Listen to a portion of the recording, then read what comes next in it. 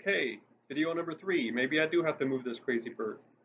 Um, but for a lot of these videos and extra material, you'll just need to just do them and then get the assignment done. And sometimes again, just looking at the assignment, you'll say, yeah, I know how to do that, and you can do it and get it in and get a decent grade, and there you go. So now this is a writing course, but again, a lot of the writing is just kind of the usual academic writing stuff. And if it's a tire, it's already bald. So, there's not a lot of innovation we can do in this class, although I'm very interested to know what you really actually like to write. And if you are writing stuff on your own, I'd really like to talk to you about that and see it and maybe give you some credit for that. But, you know, these are just basic skills that you're expected to have for college, like summary and critique and um, things like interpretation, how to interpret you know, an essay or a, a short story or,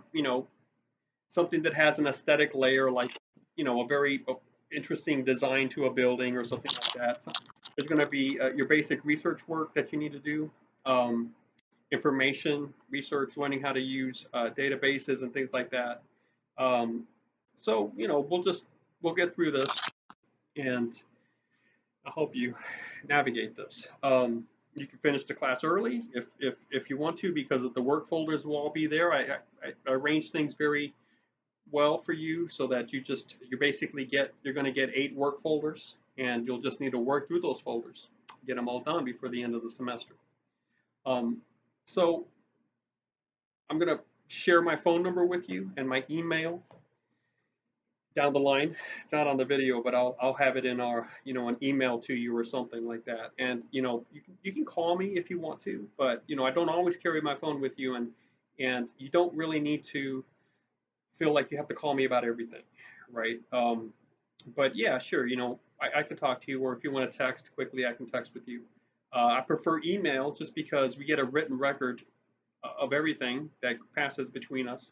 And also, you have a little more time to reflect and write things out as you sit and type an email to me if you ever need to talk to me. But yeah, certainly I'll make myself very much open to you.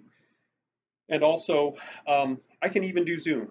If you really get to a point where maybe you're struggling with the class and you're not at a point where you can come in and see me face to face for whatever reason, but you really would kind of like that, we can set up a Zoom meeting. I might do some of that anyway, where it's optional, but I'll just say anyone who wants to have a Zoom meeting with me, I'm going to meet at 2 or 3 p.m. on this day and just join us. So I'll try to be very accommodating that way. And so, I I'm fine with people who want more interaction. I'm also very comfortable with people that say, "Hey, thank you, but let me see the assignments. Let me work on my own time. I'll get them done. I don't need a lot of interaction with you."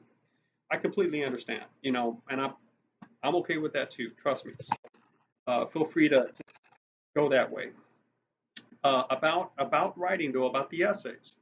I whenever you write something for me, uh, I basically will read it and give you a score of something like 1 out of 10 or 1 out of 18, 1 out of 9, 1 out of 6, something like that. And so sometimes I'll just give you a 5 or I'll give you a 5.5 if it's an essay out of 6 points or something like that. And initially, that's all you're going to get. Now, if you want some feedback on that, then what I need you to send me an email or text me or talk to me if you're coming in. If you have a chance to come in, bring your essay and say, Dr. Horn, why did I get a 5 out of 6? How can I revise it and get it better? And I'll tell you what to do. Okay. So I'm just trying to save myself time, and I'm also trying to respect your choices. I know some students, they don't necessarily want a lot of feedback. They kind of just want to get the thing in and get it done, and they're okay with a 5.5 out of 6.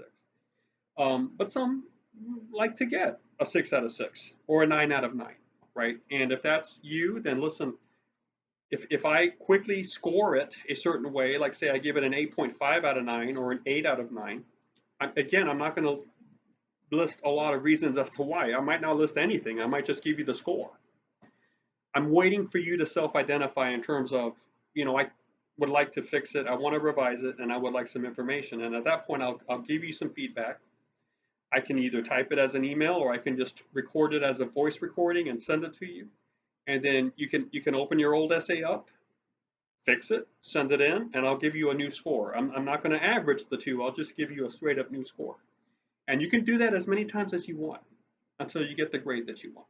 So, I really try to make it very doable for you to get an A in this class.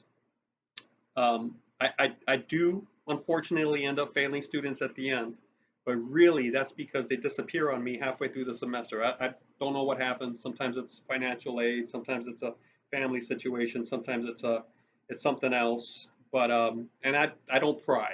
I wish you the best. I hope it's not something tragic. But if you disappear on me, I'll probably send some emails out saying how you doing. What's going on. Haven't heard from you or seen some work from you because I can see work online.